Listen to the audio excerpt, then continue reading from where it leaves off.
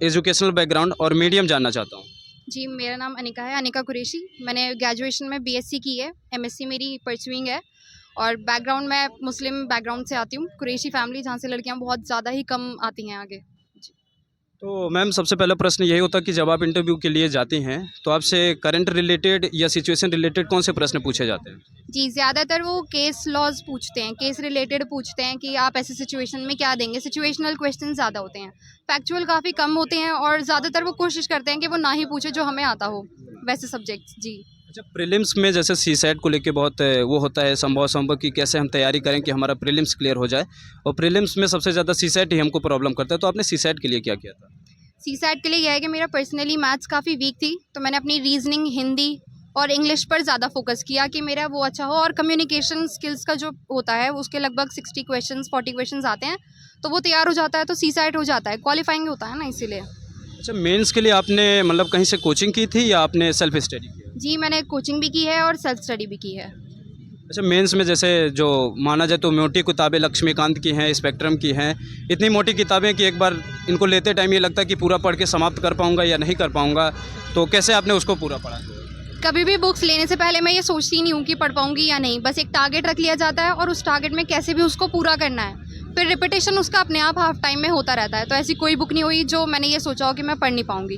अच्छा, कई फैमिली का ऐसा रहता है कि बच्चों के ऊपर प्रेशर डाला जाता है कि आप 10 से 12 घंटे अगर नहीं पढ़ेंगे तो आपका यूपीएससी, यूपीपीसीएस क्लियर नहीं हो सकता है। क्या ऐसा भी आप मानती हैं? नहीं, ऐसा नहीं है, हमारे यहाँ प्रेशर नहीं डाला जाता, बल्कि ये कहते हैं कि आप इतनी देर पढ़ लो, थोड़ा रिलैक्स हो जाओ ताकि आपका माइंड दोबारा से फ्रेश हो जाए और फिर पढ़ लो। मतलब ये कह सकता हूँ कि आवर्स का कोई मतलब इशू नहीं होता है। आवर्स का कोई इशू नहीं होता है, इशू प्रॉब्लम बस ये है कि इंसान कंटिन्यूटी रखे। ये नहीं कि 10 घंटे पढ़ना है, 6 घंटे रोज़ भी आप पढ़ते हो, पर रोज़ कंटिन्यूटी होनी चाहिए बस। अच्छा, हॉबीज़ आपकी क्या हैं? मेरी हॉबीज़ डांसिंग है, सिंगिंग है और थोड़ा ये है कि जो एक्सपीरियंस्ड होते हैं उनके साथ बैठना, उनके एक्सपीरियंसेस शेयर करना। जी। तो क्या आपके हॉबीज़ से रिलेटेड भी प्रश्न आपके इंटरव्यू के दौरान पूछे गए? जी, हॉबी से रिलेटेड पूछा गया है, पर ये मेरी हॉबी ऐसी है कि इससे कोई ज़्यादा क्वेश्चन बनता ही नहीं है। जी। अच्छा, ये जो मेंस जो आंसर राइटिंग का होता है, बहुत से बच्चे ऐसे कहते हैं कि हमें लिखना नहीं अच्छा, मतलब राइटिंग नहीं अच्छी है, तो क्या हमारा सिलेक्शन हो पाएगा या नहीं हो पाएगा, इसके विषय में आप क्या बताएंगे? राइटिंग से फ़र्क पड़ता है पर इतना ज़्यादा नहीं पड़ता, फ़र्क ज़्यादा कंटेंट मैटर से पड़ता है। और जो इंसान रोज़ 3-4 घंटे मेंस की प्रैक्टिस के लिए लिख रहा है, राइटिंग ऑटोमेटिकली उसकी इतनी हो जाती है कि एग्जामिनर्स उसको ना ध्यान में रखें कि इतनी ख़राब है।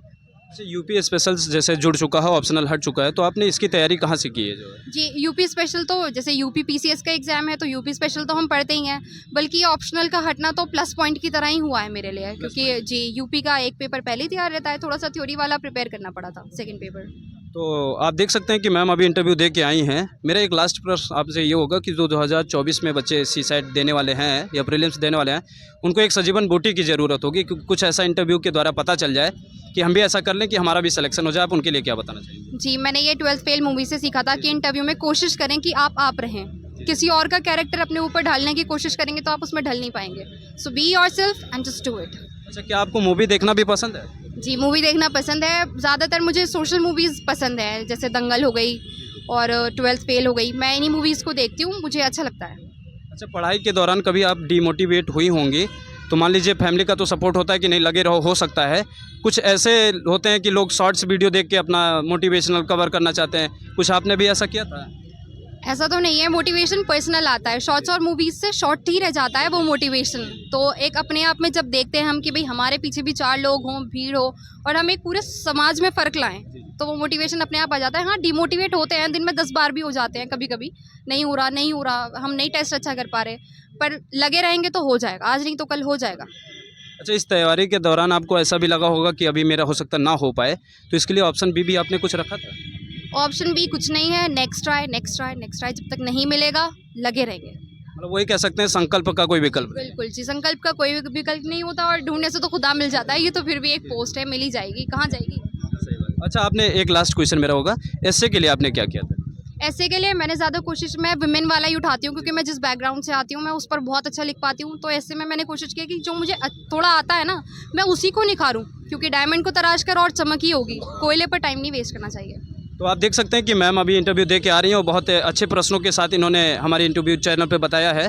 तो मैं कोशिश करता हूँ ईश्वर से प्रार्थना है कि इस बार इनका सिलेक्शन हो जाएगा। बहुत बहुत धन्यवाद। बहुत शुक्रिया आपका।